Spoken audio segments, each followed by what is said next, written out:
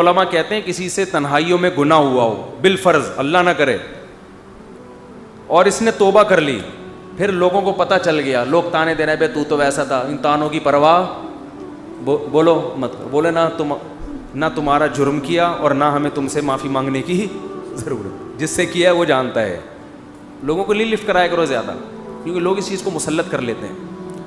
ہمارے حضرت کے پاس ایک بندے کا فون آیا لندن سے، کہتا ہے یار میں نے گناہ کیا تھا، پکڑا گیا، کہہ رہے اب میں نے توبہ کر لی، رو رو کے گڑ گڑا کے اتنی معافیاں مانگی کہ اللہ نے بھی دل میں سکون ڈال دیا کہ میں نے تجھے معاف کر دیا، کہ لیکن پبلک معاف کرنے کے لیے تیار نہیں. پبلک جب بھی گزر کرے ہے نا وہی، تو پبلک کا دل تو چھوٹا ہوتا ہے نا، پبلک کا دل کیا ہوتا ہے چھوٹا. تو ایسی صورت میں پبلک کو زیادہ لفٹ نہیں کرائے، بولا جاؤ تمہاری ایسی کی تیسی، ہم جانے اللہ جانے تو کون ہوتا ہے بھائی میرے کو. اور قرآن کے الفاظ دیکھو یار، وَمَن يَعْمَلْ سُوءًا أَوْ يَظْلِمْ نَفْسَهُ ثُمَّ يَسْتَغْفِرِ اللَّهَ يَجِدِ اللَّهَ غَفُورًا رَحِيمًا. ایسے وجد والی آیتیں ہیں. فرمایا جو بھی گناہ کرے گا، اپنی جان پہ ظلم کرے گا، ظلم ہو گیا، گناہ ہو گیا، شیطان نے بہکا دیا اس کو، غلط ہو گیا اس سے، حقوق العباد سے اس کا تعلق نہیں ہے، کیونکہ حقوق العباد میں پھر اس بندے سے بھی معافی مانگنا ضروری. کچھ جرائم ایسے ہیں جو اللہ اور بندے کے آپس کے معاملات. فرمایا پھر اس کو خیال ہوا کہ بھائی خدا تو انتقام لے گا، اور ویسے بھی غیرت کے خلاف ہے جس نے اتنے احسانات کیے اس کو ناراض کرنا. قرآن کہہ رہا ہے ثم یستغفر اللہ، پھر وہ اللہ سے کیا کرتا ہے؟ معافی. کیا عجیب الفاظ ہیں. اللہ نے یہ نہیں فرمایا غفرہ اللہ، اللہ اسے معاف کر دے گا، نہ نہ نہ نہ، یہ انداز نہیں ہے، یہ اللہ اس سے انتقام نہیں لے گا. فرمایا یجید اللہ غفور الرحیم، وہ اللہ کو پائے گا، وہ دیکھے گا کہ اللہ غفور بھی ہے اور رحیم بھی، وہ دیکھے گا اپنی آنکھوں سے. یہ ایسے ہے جیسے ہم کسی کو دعوت دیں کہ آپ ہماری دعوت پہ آؤ، آپ پوچھتے ہیں کیا کیا ملے گا. ایک طریقہ ہوتا ہے آپ بتائیں بھائی بریانی کا انتظام بھی ہے، کباب بھی ہیں، اور اللہ بھلا کرے چکن کا بھی انتظام ہے، اور کڑھائی بھی ہے، 2-4 چیزیں اور بتا دی آپ نے، تو وہ ذہن میں رکھ کر آئے گا ٹھیک ہے بھائی یہ چیزیں ہوں گی. ایک اسٹائل یہ ہوتا ہے وہ کہ بھائی کیا ملے گا، تو آپ اس کو بتائیں جب تم آؤ گے نا تو میری دعوت میں پہنچنے کے بعد تمہیں محسوس ہوگا کہ وسیم بھائی چھوٹے موٹے سیٹ نہیں ہیں. وسیم بھائی نے دعوت کی، یہ جی تم پالو گے، یہ چیز محسوس کرو گے کہ وسیم بھائی طبیعت کے تنگ، ایسا دسترخوان ہوگا، چھوڑو بریانی کباب، چھوٹی وہ غریبوں والی باتیں ہیں. کیا بریانی، مسالے والی بریانی، اور مفتی صاحب کے بیان سنتے رہتے الٹے الٹے، مسالے والی بریانی، چپلی کباب، کوئٹہ کی چائے. ابے بھائی چھوڑو یہ باتیں، یہ تو کہیں کھانچے وانچے میں پڑی ہوئی ہوگی، ٹھیک ہے نا. یجید تم پاؤ گے، مجھے محسوس کرو گے کہ یہ چھوٹا موٹا سیٹ نہیں ہے. دسترخوان دیکھ کے اندازہ ہو جائے گا بھائی کوئی بہت بڑا آدمی ہے. قرآن کیا کہتا ہے؟ جو گناہ کرے گا اور توبہ کرے گا یجید اللہ غفور الرحیم. اللہ یہ نہیں فرما رہے کہ اس کو معاف کروں گا، اللہ فرماتے ہیں جیسے کوئی بندہ دعوت پر آئے تو آپ کہو بھائی تم پاؤ گے کہ میں چھوٹا موٹا سیٹ نہیں ہوں. تو اللہ کا انداز یہی ہے. فرمایا تم سے کتنا بڑا جرم ہو جائے، کتنا بڑا جرم، یہاں تک کہ نبی نے فرمایا کہ اللہ فرماتے ہیں یا عبادی لو بلغت ذنوبک عنان السماء، تم نے گناہ کرتے کرتے کرتے کرتے زمین آسمان کے خلا کو بھر دیا، اتنے گناہ ہو گئے.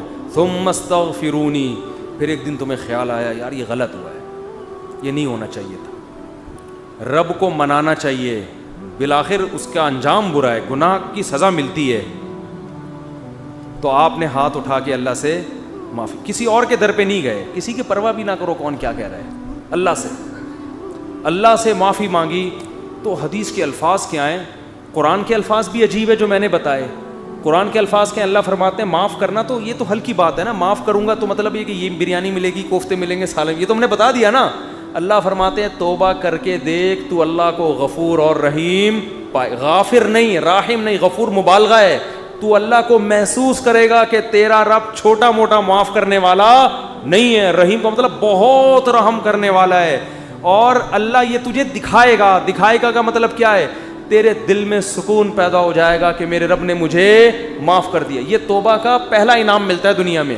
معاف بھی کرے گا اور اطمینان بھی دلا دے گا. معاف کر دیا. تعلق، وہ اطمینان کی علامت کیا ہے؟ اللہ سے جو تعلق ٹوٹا ہوا تھا وہ آپ کو جڑا ہوا محسوس ہوگا.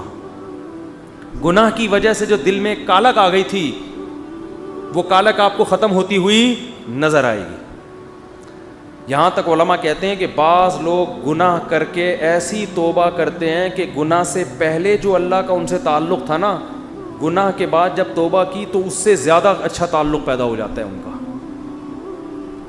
پہلے سے بھی زیادہ اچھا اللہ کی محبت پیدا ہو جاتی ہے. یہ تو قرآن میں، حدیث میں کیا آتا ہے کہ اگر زمین اور آسمان کے خلا کو تم نے گناہ کر کر کے پر کر دیا، ثم استغفرونی، پھر مجھ سے مغفرت طلب کرو، لغفرت، معاف کروں گا. اتنا کافی تھا نا یہ جملہ؟ یار نہیں آ رہی سمجھ میں. دیکھو اللہ یہ کہہ دیتے کہ زمین اور آسمان کے خلا کو پر کر دیا، مجھے ناراض کیا ہے نا، پبلک کے پاس جانے کی ضرورت نہیں. عیسائیوں میں پادریوں کے پاس جا کے معاف کرواتے ہیں، اتنے پیسے لے لو معاف کر دو. اللہ کہتے ہیں پادری کا کیا بگاڑا ہے تم نے؟ ناراض مجھے کیا ہے. نماز چھوڑی ہے، مجھے ناراض کیا. زنا کیا، مجھے ناراض کیا. انٹرنیٹ پر فحش فلمیں دیکھی، مجھے ناراض کیا. یہ جو ہو رہے ہیں گناہ آج کل، کچھ بھی کیا، مجھے ناراض کیا نا، آؤ میرے سامنے گڑ گڑاؤ. تو اللہ کیا کہتے ہیں؟ زمین اور آسمان کے خلا کو پر کر دیا، پھر مجھ سے معافی مانگو گے، معاف کروں گا. کافی ہے نا، بس کر دیا معاف. آگے اللہ ایک اور جملہ بناتے ہیں، لا ابالی، کسی کی پرواہ. بولو اردو میں لفظ سماتے کہتے ہیں بڑا لا ابالی قسم کا آدمی ہے. سنا یہ لفظ؟ ہاں بولنے میں کچھ ٹیکس لگتا ہے. لا ابالی کہتے ہیں نا، یہ عربی کے لفظ سے آیا لا ابالی. لا کا مطلب نہیں، ابالی کا مطلب پرواہ نہیں کرتا میں کسی کی. جیسے جو آدمی کسی کی پرواہ نہیں کرے بڑا لا ابالی سا آدمی ہے. تو اللہ کیا کہتے ہیں؟ لا ابالی، معاف کروں گا، کسی کی پرواہ نہیں. کیا مطلب؟ یہ جملہ لگانے کی کیا ضرورت تھی؟ جملہ اس لیے لگایا جا رہا ہے کہ بہت سے نیک لوگوں کو اعتراض ہو سکتا ہے، اے اللہ اتنے سارے گناہ سیکنڈوں میں معاف. یہ بات ہماری کھوپڑی میں بولو نہیں، کچھ تو تھوڑی سی ہوتی. جیسے ایک بیٹا نافرمان ہو، 20 سال باپ کو ستاتا رہے،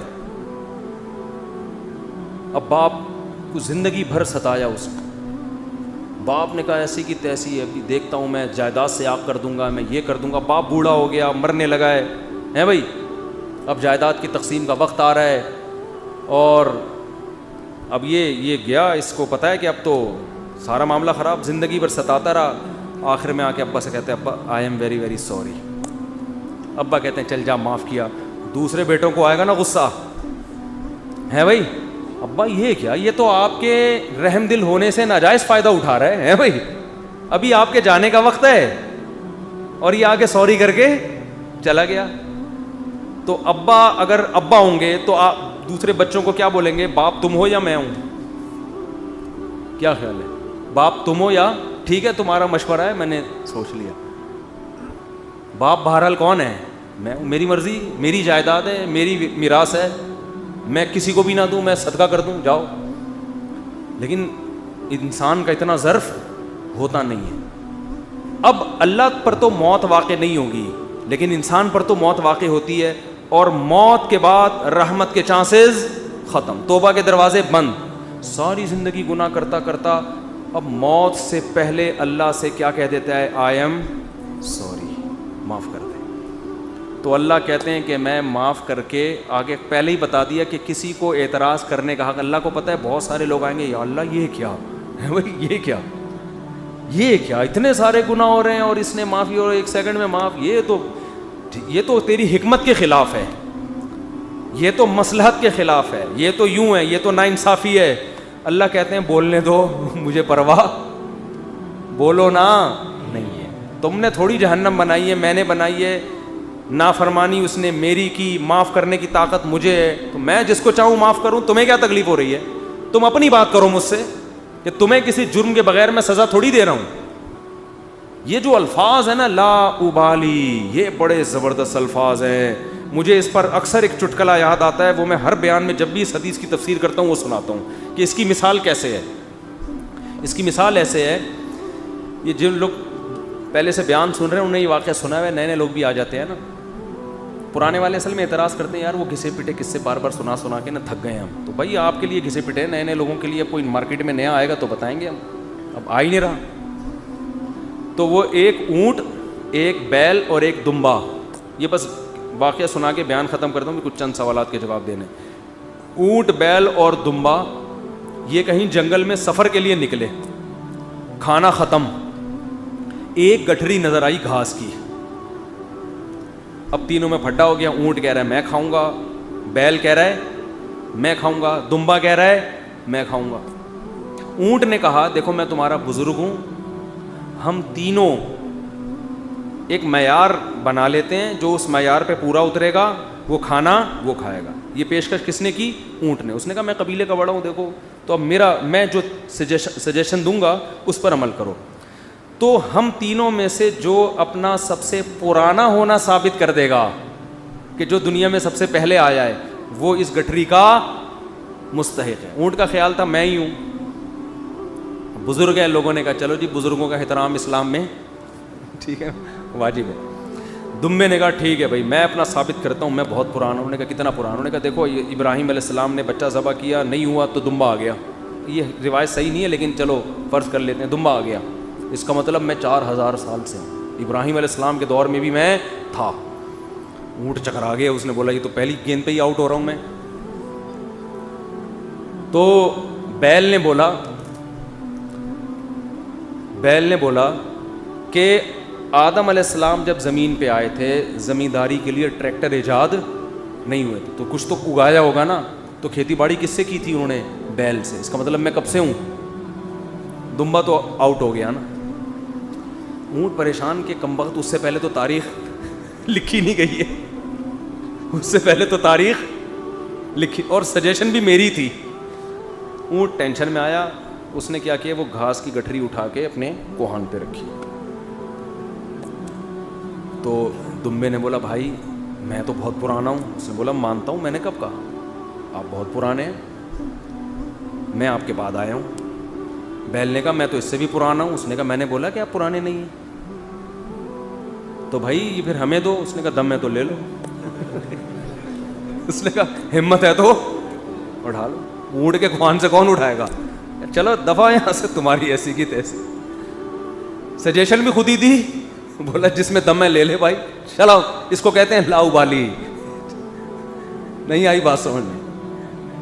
اللہ ایسا نہیں کرتا کہ وہ اپنی تجویز کے خلاف چلے. یہ تو میں نے صرف واقعہ سمجھانے کے لیے کہ بھائی اللہ کے سامنے کون لڑ سکتا ہے, اللہ کے سامنے کون دلائل دے سکتا ہے کہ اللہ وہ اتنے سارے گناہ کیے تو 2 منٹ میں معاف کر رہا ہے. اللہ کہتے ہیں جس نے دلائل کے امار لگانے ہیں نا پہلے لگا کے رکھے, کتابوں میں لکھے, پورے رسالے لکھ دے. میری نظر میں اس کی کوئی ویلیو نہیں ہے کیونکہ خدا میں ہوں تم نہیں ہو. نافرمانی میری کی ہے, تمہیں کیوں تکلیف ہو رہی ہے؟ یغفر لمن یشاء ویعذب من یشاء, جس کو چاہوں گا معاف کروں گا, جس کو چاہوں گا عذاب دوں گا. یہ اللہ نے اپنے ہاتھ میں رکھا ہے تاکہ جب کوئی گناہ کرے تو گڑگڑائے کس کے سامنے؟ اللہ کے سامنے. ہمیں پتہ ہے کہ اللہ کے سوا معاف کرنے والا کوئی بھی نہیں ہے. معافی کا اختیار اللہ کے ہاتھ میں, سزا کا اختیار اللہ کے ہاتھ میں. تو میں اس لیے کرا رہا ہوں کہ مخلوق کو زیادہ لفٹ کرانے کی ضرورت نہیں ہے. لوگ مجھے